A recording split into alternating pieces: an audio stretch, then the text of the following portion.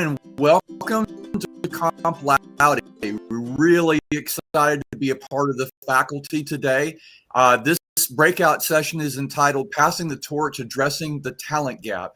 And I'm joined by four very informational and educational and passionate people on this particular subject. I'm going to let them introduce themselves because I definitely can't do credit for everything that they do. But I'll go ahead and get things started. My name is Mark Pugh. I'm the principal at the Arts Professor LLC.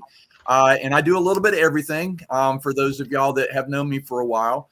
And my biggest concern about the talent gap is the competition of talent.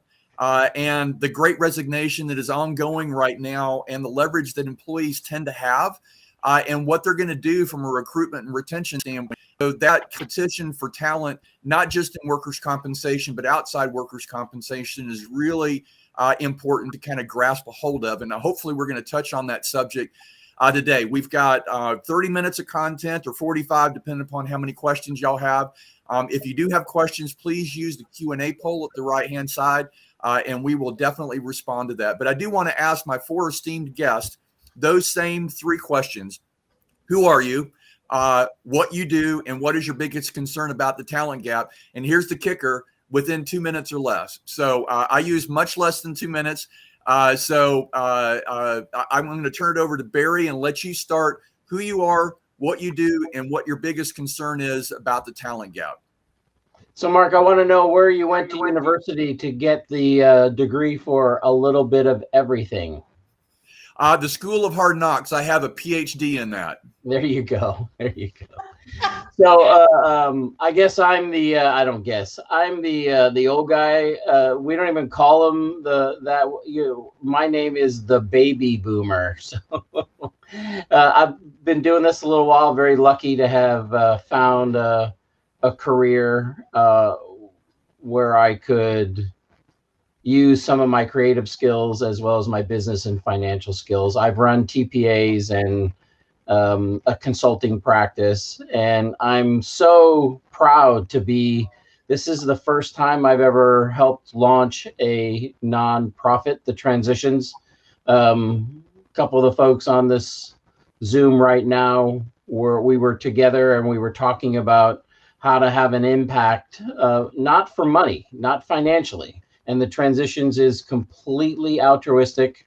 There's no money exchange. Everything's open source. And we wanted to, figure out something that was relevant to do. And certainly the idea of how to deal with the mass generational shift that we're in the middle of was something that was just top of mind. And we also, it's so big, it can be so big that you don't even really, you can't nail it down. And we wanted to do something that was very specific and had tangible results. And the idea of mentoring and dealing with knowledge transfer, that really resonated with all of us. And you can see some of the esteemed folks that are on today, and you'll hear very different perspectives. One thing that I want to emphasize is that the transitions and the purpose of passing the torch is to make sure that we don't sit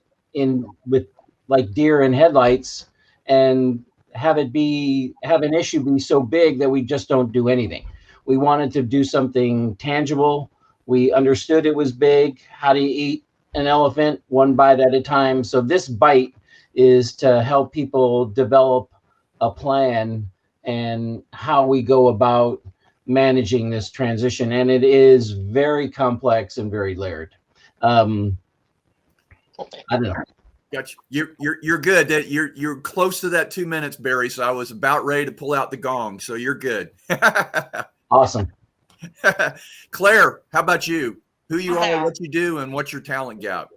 So I'm Glitter and Sparkles, also known as Dr. Claire Musselman. I am the Vice President of Workers' Compensation at North American Risk Services. Woo! And who am I? What do I do? I make good things happen for people, period. Whether you're an injured worker or somebody that's within our organization, it is our goal to make this a thriving industry.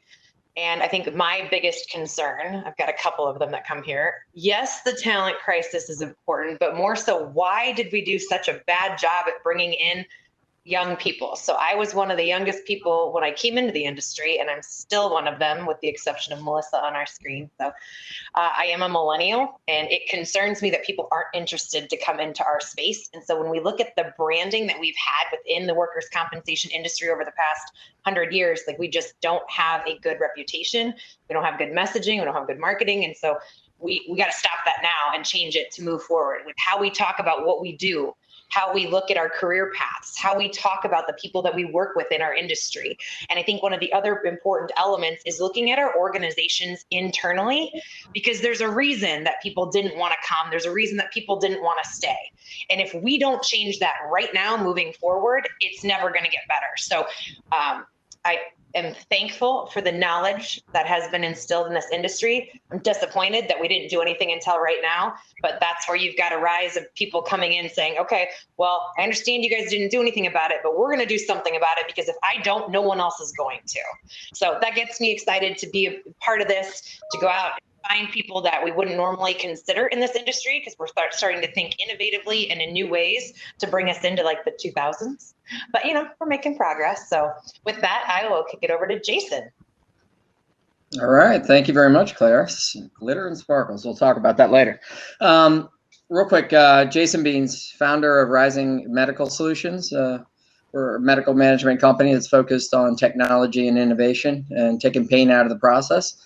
My main concern, well, actually, I view every pain as an opportunity. That's all business is. So in my mind, the companies that take advantage of this and address it aggressively are going to have a huge competitive advantage going forward. We always had a talent gap, but what's going on right now with people working from home and the lack of labor shortage across the board is accelerating it. And so, Barry, I think you used the word the train coming down the path, or the deer in the headlights. That's exactly what's happening, and the people that get ahead of it are going to win. So let's look at it as an opportunity and not the world's coming to an end. So a few things I'd say: if you can't find a job that the person can work their way up to the executive suite, outsource it. Focus on the core initiatives. We've done the same thing internally. When COVID hit, I looked for any opportunity where it was something we were doing that didn't need to be there. You either automate it or we outsourced it to someone who did it for a living. And then we can focus all our training and culture on all those things. So that mindset needs to be a part of it. We're a work comp insurance carrier, then be the darn best at it, and make sure you've got that legacy transition of knowledge systematized in your core competencies aggressively. I think that's the opportunity. I mean, we are in a situation where right now I can log out, log on, and I've got a new job at a new company. How do you differentiate yourselves? How do you differentiate your culture? How do you make people feel a part of the team? How do you make them feel, loved, welcome, and develop them? That's the challenge that we have going forward, and we've got to all focus on it and purposefully address it on a go-forward basis, or else it's gonna catch up with us. I think that's some great insight, Jason, and that's my concern about the leverage that employees kind of have right now with the Great Resignation. They can choose, they can pick and choose, maybe even more so than they ever have before, who they want to work with and who they don't. And it's not necessarily who they want to work for company, but it's as much as who they work with and what the mission of the company is and their upward mobility about that. So I think that's really helpful. We didn't do this, arrange this on chronological order, but Melissa is the youngest one on the panel. So we'll finish off with you, Melissa, as far as who you are, what you do, and what you see from your perspective in regards to talent gap. Definitely. So yes, I think I am the youngest one here. I'm Melissa Coleman. I'm the head of marketing at Amitros. We're a professional administrator that helps injured individuals manage their future medical funds after they settle. So I oversee our marketing team, both kind of traditional and digital campaigns. And my background is not in this industry at all. It is in higher education and sports marketing. And I came into the industry just over 5 years ago. So I think I'm technically a millennial, but I think I'm actually on the Gen Z cusp too. So a different perspective there. But my biggest concern about the talent gap is similar to Claire's, really the branding of our industry to get those younger generations excited to work here. They're not only going to be our future injured workers, but also our future insurance executives. And we really need to start preparing for that now to make sure we have a solid foundation for the next, 20, 40 years. We all do really great, meaningful work, and we all know that. but I don't know that anyone outside of this industry grasps that. They have a much different perspective about what insurance is, and we really need to work on our industry's PR to get folks excited about joining this industry so we get the best and the brightest talent. That's a great point. And of course, being in charge of marketing, you would think of branding, right? But it has a lot to do with people's preconceived notions about insurance and specifically about workers' comp. So we wanted to kind of talk in terms of maybe some actions or some attitudes that you expressed in regards to the this talent gap. And there have been some good and bad and ugly. You know, I've been in work comp for 3 decades now, and I've certainly seen everything under the sun that could be considered good, bad, and ugly. But I wanted Claire to maybe start with you, because you had a recent interaction with someone that you had met for the first time in person, and they kind of thought, hey, I thought you might be a little bit older than you look. You're on mute. Sorry, I'm always kind of, I'm fascinated what people will say to me. We'll just start with that. But I got the, is that a landline, Barry? You can tell who the old person is on it. Sorry. It's his pager. While at National Comp, I actually had someone come up, all what I expected of you. I thought you would be much older. Like, oh, I'm sorry. Is it because my name is Claire, or is it like, what is that? And it was there's a couple more comments made that are relevant for this moment, but very interesting microaggressions that really question, you know, abilities or experience that are unnecessary. And I would couple that with, I feel like bring in more diverse talent from like an age perspective.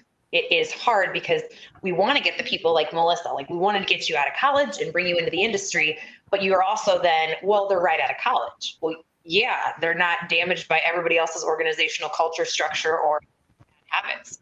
Yeah, let's take them out of college. Why would we not?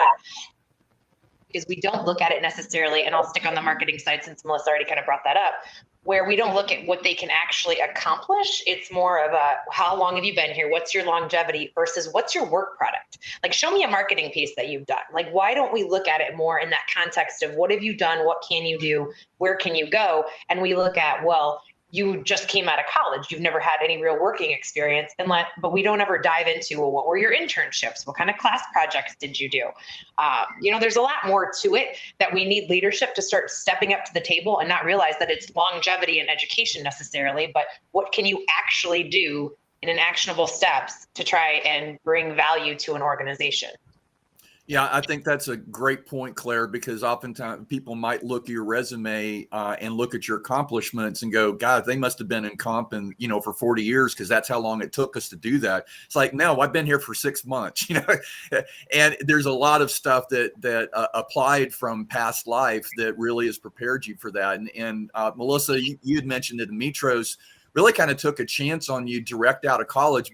Basically kind of what Claire was talking about. You didn't have necessarily this experience, this grand, you know, understanding how to brand comp, but you knew how to do marketing. Can you explain a little bit what that meant to you to have someone kind of buy in and go, yeah, you can do this?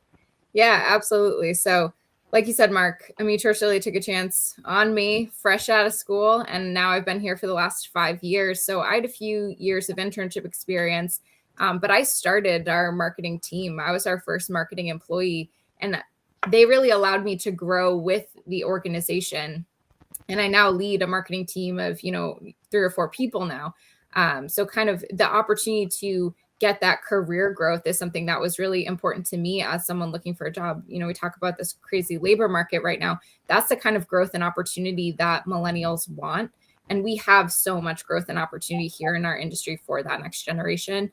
I definitely didn't have industry experience. I didn't know anything about work comp, but I had ideas and knowledge from what I had seen work for marketing in other organizations and in other industries. And being able to take that and apply that to our industry, it's a translatable skill. It's just we need to give folks the chance to try something new and see if it works. We need to be taking more chances on new grads like that, getting fresh ideas into our industry and putting time and effort into developing that talent, because it does take time and effort. People can learn our industry, but we need that young, enthusiastic talent and people that want to grow where they are, you know, in this industry.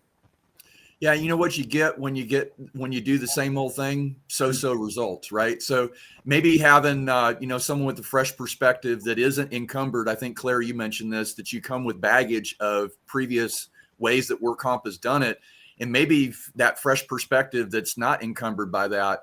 And Barry, you mentioned a client that has actually started reaching out and hiring people directly from Starbucks, not for their technical competencies, but for more the soft skills, the customer service stuff, because they figure that you can teach the technical, but you can't necessarily teach how you interact and help people. Can you explain a little bit on how your client kind of came to that conclusion and maybe some of the results they've had from that?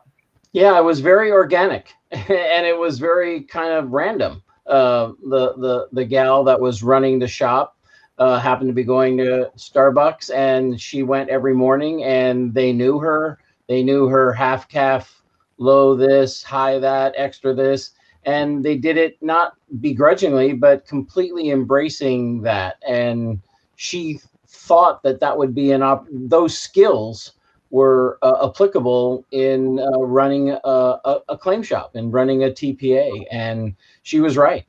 She hired one individual, and she realized that the idea wasn't about, and this is a problem for the next generations that are coming into our business. They don't want to be the bad guy. They're not trying to be the work comp cop. They're not trying to hold back benefits. They want to be altruistic. They want to, and we know this because of the benchmarking, the longitudinal study that Rising has done. And we know that millennials don't want to work in certain type of, and not just millennials, young folks don't want to work in a claim shop that's paper-based. They don't want to work in a low-tech environment. And they also don't want to be telling people bad, negative things all the time. They want to be the good news. And she found that she could train workers' comp adjusters and even supervisors by having the core competencies that Starbucks uses in hiring their staff. Yeah, and I know I heard Vicki Kennedy with Washington State mention one time that they were even going outside of just college degrees, and they were going for internships, as something, Claire, you mentioned, even high school graduates, and kind of, training them up that they've got a capability and a competence, but it hasn't necessarily been in formal education. But they've had really good success engaging with social workers as work comp adjusters. I know, Claire, you've launched the Centers of Excellence with NARS, and I think you're looking at bringing in people kind of from that different mindset, right? Not necessarily hiring with kind of the standard approach. No, well, I think it's awesome that we've got so many great programs, and I know universities are expand risk management and insurance programs. I just need people that are emotionally intelligent and empathic. I've asked this question a lot lately. Like, do you think empathy is a hardwired trait? And I've always been, I think it's fascinating to see how people respond to that. But also when we look at people that have been in social work or human services or have a background in psychology or sociology or communications. I remember graduating with a ton of my friends who had communications degrees. It's about making information easy, consumable, and doing it with compassion. You don't need a background in claims to do that. And we've gotten so into this like checkbox and crusty claims professional mentality that I think that's a lot of what has had to go on in our brand of why people didn't want to come here, because that's not fun. Like you go say, hey, you can come handle claims. Oh, cool. Because again, like to Barry's point, people think, oh, the paper and whatnot. Now you say, hey, do you want to come work for us? We would love to accept you into our group. We are single-handed game changers that make amazing things happen for people every time we interact with someone. Little different spin on that. But, for the last, 60 years, I don't think I've ever seen an adjusting position advertised that way until now. But, right. It is changing, and that's a good thing. And Jason, I know you talked about the competition for talent and the work from home environment and the ability for employees. What have you seen as a founder, as a company executive that's managing and recruiting people? What have you seen some of the good, the bad, and the ugly over the past, couple of months or the past couple of years? Look, last year it's a huge paradigm shift for all of us. So, I'd say we all have to accept that remote and hybrid are here to stay. It works. there are things to solve for. And if I look at it, it was running the day-to-day was fine. With experienced people, it worked like a charm. I was commuting 3 hours a day. Everyone in Chicago was. So give that back to people's lives is a godsend for them and me as much as possible. What we have to solve for are the collaboration and the training and the mentoring of new people, the culture, and projects. I've seen certain projects languish where people are kind of going into the silo and working on their own instead of one whiteboard session would have saved a lot of rework. But those are the three things. Otherwise, we just need to know that's there. The good news is now we can recruit from anywhere in the world, probably, or any job or any industry. We're not as locked down. And the bad news is now the employees can be recruited from anywhere in any industry. So our competition became infinitely larger. So where we were bad before and not selling ourselves, we now have to sell ourselves against every industry out there, and find those people that are the Starbucks, that are the talent, that are the great attitudes. Southwest Starbucks, they hire for attitude. We've always hired for attitude. I like 1 out of every 3 to be experienced, to bring that knowledge, to mentor the young people. But I'd much rather have someone who's raw and just has the right attitude and develop them the way we want. You need that balance. So I think that's what we're going to see and going forward. And I would say this, Claire, your language was all English. It was not acronyms. When I came into this industry, I remember going on a sales call and one of the ladies was talking and I'm like, I will never know that much. I mean, every acronym, every sentence made no sense to me. I came back 2 years later. I'm like, that lady doesn't know what she's talking about. So it takes a while to learn all we don't need to make it complicated. We need to simplify it. We need to put it in English. We need to accelerate the industry terms so that people can hear a sentence and actually know what we're talking about. So we had purposely done an onboarding training program to kind of teach them industry terms. So people came in and they gathered data at a faster pace. I think I have to double, triple that. I think I have to cut the time down for people to be mature in our industry in half or in quarter in order to get the value out of these young talents, like Melissa, that you can bring in and just, they'll be rock stars. And so that's the challenge I see going forward is how do we cut that cycle and that knowledge cycle down to get these people into our world and functional and excited and loving their job as quickly as possible. Yeah, and that really gets to not just the recruitment, but the retention. And you're absolutely right. And Barry and I are the only ones that don't currently manage people, other than you consider our multiple personalities.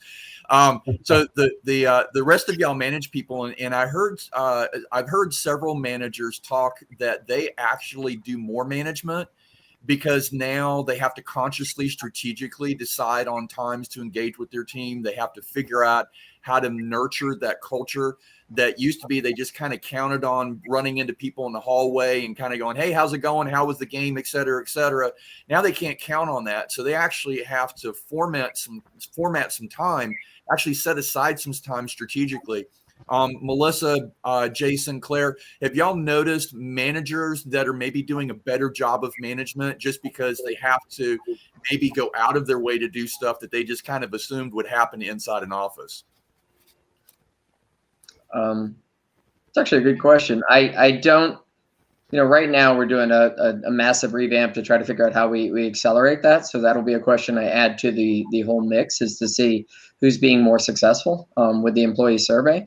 We do an NPS internally, a net promoter score, and survey our customers and our employees, our customers, and try to figure out, all right, what can we do better? And it came out really nice, but I have to slice and dice it by unit and see if we can find a pattern there. Great question. So I can't answer. I do think, though, it does require a lot more conscious effort now to create that connection with your team members. So, personally, I have bi-weekly one-on-ones with each of my team members to make sure that they have the opportunity to voice concerns, or honestly, to even just chat about how they're doing. Like that connection that you were saying, you'd run into them and you'd be like, hey, how's it going? You don't have that opportunity as much virtually now. And then my team meets twice a week as a team to make sure that everyone knows what everyone else is working on, because there's a lot of collaboration that happens, naturally in an office where you're like, oh, I'm working on this, and someone might contribute an idea or share a thought of how their work connects to that. That doesn't happen organically virtually. So you have to almost create those situations where people can chat. And it's almost like virtually, it's better to over communicate than not communicate enough. Yeah, so I will. So actually, my boss at Drake University just published research on how the functionality of virtual teams went through the pandemic, and it was showcasing that they were very successful. So I'm happy to share that information out if anyone wants it. It just came out earlier this week, but it's fascinating because people had to be intentional with time. I think we were very wasteful with other people's time beforehand. And now it's very intentional. So we have to make sure that our phone calls are meaningful and our meetings are purposeful and they're purpose driven with action items. We're in, we're out, we're on our way, because we all get really tired of being on screen all the time. And so it is really trying to be encouraging with the intentional time with whomever you're spending it. And then also not only calling people to say, hey, I need to find out about X, Y, or Z, but also making sure that you're intentional with time of just catching up and saying, hey, how are you? Mm-hmm. You know what, Mark? It's more than just meetings and more than just interacting with the folks. I know we all know that. The idea when in this pandemic environment, there were a lot of folks in my practice. I deal with a lot of vendor provider partners, and almost everybody said they were paperless. Oh, you're paperless. Oh yeah, we're paperless. Well, when the pandemic comes, you better really be paperless, because you're not allowed to go into the office. And if you have physical files that aren't, electronically available, you're toast. And there were a lot of folks, a lot of businesses, I won't name them, of course, but that said they were paperless, that were paperless maybe for one aspect, maybe for bill review or something like that, but they weren't fully functionally paperless. And getting in, that's another shift of, when Claire says you better ... This is this was a big deal going back over a year now, I guess, somewhere in the March 20 April 20 timeframe, because of the restrictions as a result of the pandemic. Mm-hmm. Yeah, I think, not to use the term lazy, but we did, hey, Kat, we did have the opportunity to just kind of assume that things were going to happen. And when you're not physically present with one another, like at a conference, like at Vegas a couple of weeks ago, it's much, much different for sure. And I'd love to introduce, if the people that are in the audience, if y'all have got questions, if y'all have got comments, if there's anything that we've said that makes sense, if there's stuff that we've missed, please use the Q&A function, and we'll incorporate that into our discussion and towards the end as well. I did want to kind of open it up, because one of the things that we did in a previous version of this is we spent a lot of time kind of talking about the issues, but we didn't spend as much time really talking about solutions. And I think all of us have touched on solutions, but wanted to kind of give everybody an opportunity for a pithy kind of leave behind, something that people could write down and actually, incorporate, into their business. And I'll start it off, and it kind of goes maybe to what Barry just said in regards to assumptions. And I think when it comes to succession planning, when it comes to recruitment and retention, when it comes time to you recruiting against the entire planet Earth, like Jason said, as opposed to just your competitors in work comp, you need to assume that you're not prepared and act accordingly, right? So there can be a lot of base assumptions, and you go, no, we got that covered. We got a mentoring program. It works great. We've got an onboarding program that brings people up to speed. We've got all of our documentation of all these old people that are going to be leaving. We got everything that's in their head, on paper. And then something happens like COVID, or something happens like that person that you have trusted for 20 years with information and process, they leave. And then all of a sudden you find out we weren't actually prepared. We actually hadn't done the basic stuff that we should have done to make sure that wasn't like an existential threat, which is an article that Barry wrote last year. So I'd love for y'all to talk about, and Jason, we'll start with you. What's a memorable phrase and maybe kind of details in regards to what the industry needs to change, what we need to do differently, do better?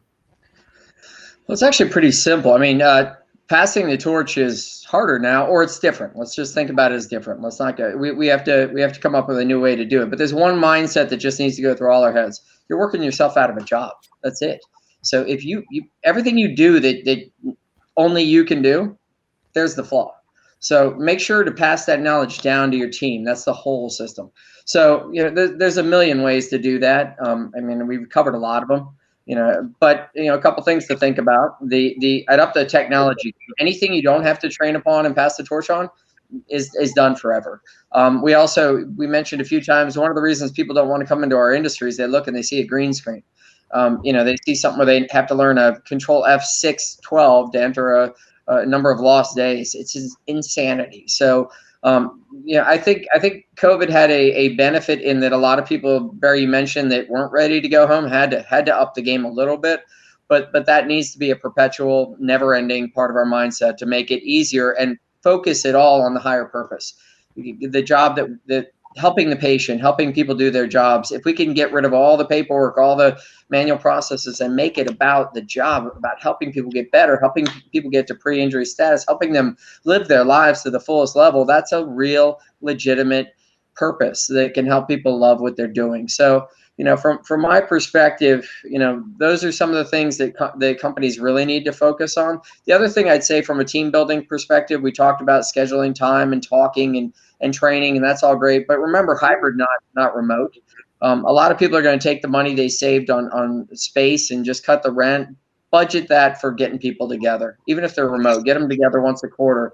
There is always a value to face-to-face. Friendships are built over time. They're stories. That's all they are. Never-ending stories, and stories take time and interaction. So let's not forget that as we go forward. We have to be purposeful with the technology and the new normal, but let's not forget some of the value of the old school. Absolutely. Throwing the baby out with the bathwater. You can be so ensconced in the new way of doing things that you forget that there's some really old, tried and true principles that actually are good and should not be thrown out at the same time. Absolutely. Melissa, what do you think? What should we do differently as an industry? Maybe some detail around that, maybe some things that you've done already that you can pass along as lessons learned. Yeah, so my catchy phrase is you were looking for is to adopt a growth mindset, because I think what worked yesterday might not work tomorrow. And I don't think that we are ever done learning or growing or finding new ways to optimize, whatever it is that we're doing. That applies to managing people, marketing strategies, really absolutely anything that you do. We all need to embrace that change. I'm seeing whiskers. Love it. Just remember that. They all have every time I'm do anything with Gary, they're all on my screen. But I do think, never stopping learning. That's something. Continuous learning is like one of our core values at Ametros. And I think it's so important because you're never going to be the absolute expert, because things just change so rapidly that you always have to be seeking out differing opinions and learning from them and continuing to grow. And I think that continuous learning is both individual and corporate, right? So, you need to offer the opportunity for your employees to grow so that they can grow professionally. But organizationally, you need to look at things constantly and you grow yourself to learn, mature, figure out better ways to do things. I think we all got thrown into, the big ocean of COVID-19, and we learned a lot of stuff about ourselves that we didn't know. Both individually and corporately as well. So I think that growth mindset makes a lot of sense, but not just the individual, but the greater whole, the division, the department, the organization itself. Barry, what do you think? What are some things, based on your long experience in the industry and clients that you're interacting with, that you would make suggestions that we should do differently? So I think the primary thing actually comes out of the Rising study. The claim advocacy model concept is something that I've been fighting for almost my entire career of trying to change and flip the script on what it means to manage a claim and how to deal with an injured worker instead of a claimant. Those ideas, that claim advocacy model, believe it or not, dials directly into the passing of the torch. You might not think, how does that bring the other? Well, the way it brings the other is that not only is it the right thing to do, an example for Claire's insureds and clients, it's going to lower their litigation rate. It's going to lower their overall costs, their total cost of risk. But it also attracts a completely different type of individual to work the system. And she can now, as everybody can now talk about completely different issues as opposed to what is the labor code, what is the rule, what is the reg.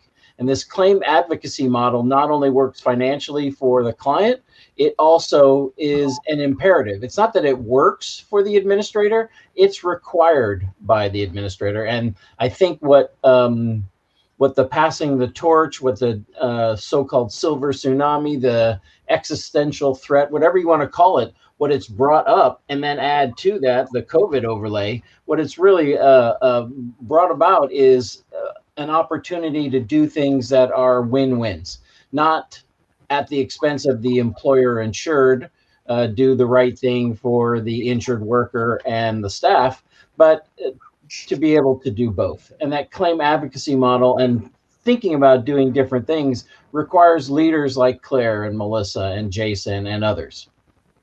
Yeah, absolutely. And I think claims advocacy, you talk in terms of the expectation for the industry to take that, but injured workers are going to be expecting that as well, right? Yes. I mean, if you think you talked about Starbucks earlier in that customer service mindset, in reality, when someone gets hurt on the job, they would expect at least as good a service as they're going to get from Chick-fil-A drive-through, right? At least as good a service that you respond and that you text or you call back or you return, whatever that is, that you're empathetic and that you understand what they're going through and you're trying to help them, achieve that better. They're going to expect that. So, they don't have necessarily a choice because their employer chose the work comp coverage.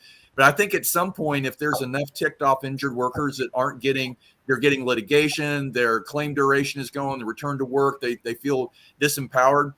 At some point, that carrier, that TPA, whoever's doing that is going to be pulled on the carpet and go, y'all, your approach is not working. It's not helping, both the clinical and the financial outcomes. Claire, you've bottled up everything that you have learned and taken that to NARS and kind of launched this kind of brand new from the get-go foundational. So you've, I think, taken a lot of lessons that you've learned and kind of already applied them. What can you share with us as far as things that we should think of differently in the industry? So number one, see something, say something. And I say that, one, there's just so many underhanded comments that still exist that shouldn't be.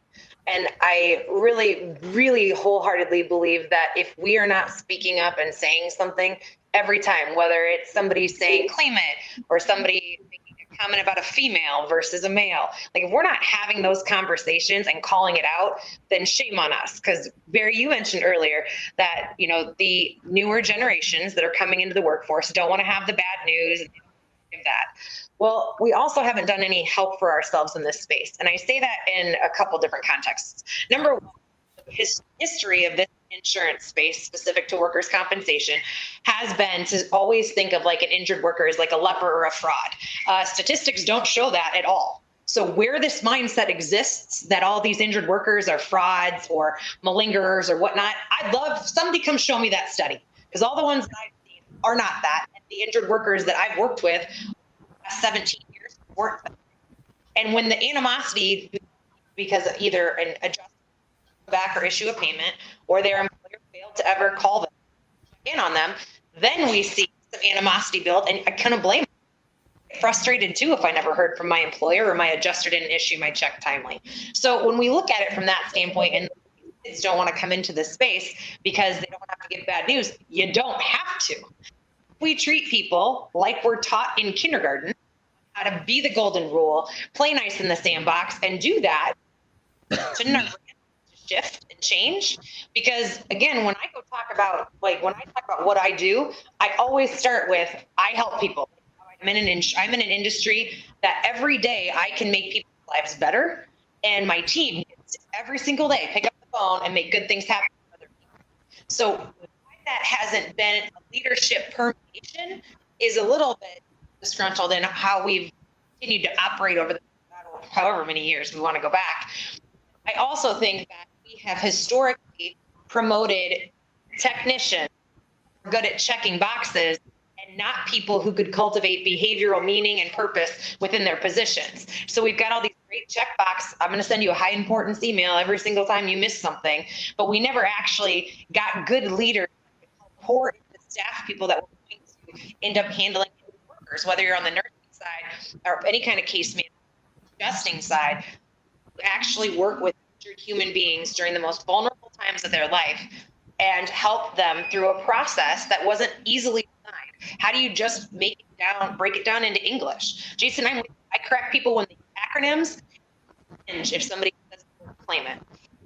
Advocacy model, I think the advocacy model came and went, and that is something that we're doing differently at NARS. It's the empowerment model, because advocacy keeps people in a victim mentality, and while this is a hard system to navigate, we do need to have people that help people do that. There's accountability and expectations through a healing process on all sides. There's an expectation of the employer, there's an expectation of the adjuster, there's an expectation of that nurse case manager if they're involved. Everybody has the to help on this recovery journey, and so we need to do what we can to get people empowered to understand that they do have a piece to play in this, regardless of what seat they sit. So it's really changing the focus again, because I don't want to sit here and tell people that they're victims and we're in an advocacy-based model when that's not really what the injury also has a piece to play. They need to feel that there's some type of way that they can get better. People want to get better once they're injured. They just simply don't know how. They get to spend 30 seconds with the doctor, and then maybe their adjuster will help deal with it, and maybe their nurse case manager will be able to resolve that. But our system is built on fear.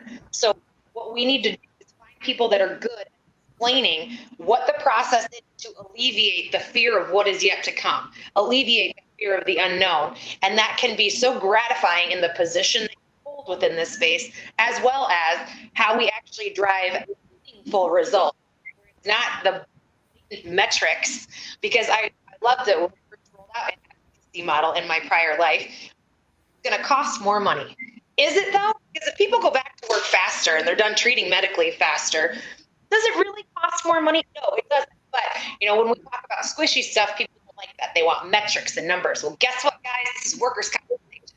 You don't want to address mental health, emotional well-being, and social components that's what the industry. Good luck in getting your metrics and your financials, because that's the force we missed over the past 100 years. Yeah, absolutely. Well, we're down to the final 3 minutes. So I'm going to give y'all a 30-second kind of uplifting moment. It's just to borrow a phrase from Monty Python. This is supposed to be a happy occasion. So I want to kind of talk about, leave a 30-second kind of uplifting, back to David DiPaolo's because we've given a lot of problems, we've given a lot of solutions, but I want people to leave with that David DiPaolo kind of aura, that kind of, we've got something that we can grab onto. So 30 seconds each of you. I'll start. I think you need to invest in yourself and you need to invest in others. And there's a variety of ways that you can do that. But I think that's the best way to make the system better, is to make yourself better and make those around you better. Melissa, your 30-second drop the mic moment. Yeah, I would say we're all capable of doing this. Every organization, every individual is capable of having like a ripple of change. So I think, even in your own role, if you don't manage people, even as an individual contributor, like you can have that growth mindset, you can help, propose new ideas, and you can help starting to change the impression of our industry and having those conversations. So I think every individual person watching this can have an impact. Perfect. Jason, your 30-second drop mic drop. As leaders, it's really not that difficult. There's an expression as a CEO, but I think it applies to every manager, every one of us here. It's called in loco parentis, in place of parent. And when you become a leader in a job, people are going to look up to you. They need the mentoring, and that's all it really is. We're trying to make the people that work for us better than we were. So we want them to be more successful. We want to help them, hit that level just like we would with our kids. It's nothing but love and treating them well and looking out for their best interest. And I think that's something all of us can enjoy and can drive and can get us up in the morning and be passionate about. So let's do it. Perfect. Thanks. Claire, your 30-second mic drop moment. Each one of us can be the trajectory needed to change the outcome of somebody's life. And I think that's so imperative that every day that we come to work, we have the ability to make people's lives better and their days better, whether it's within our team or if it's in working with injured workers.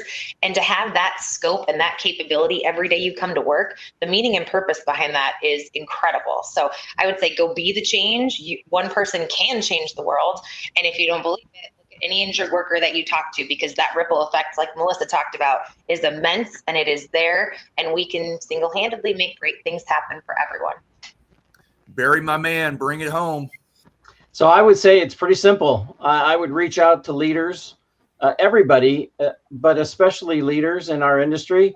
Be flexible, embrace change. This is an incredible opportunity for us to not only do the right thing for our company and our clients, but the right thing for our industry and injured workers.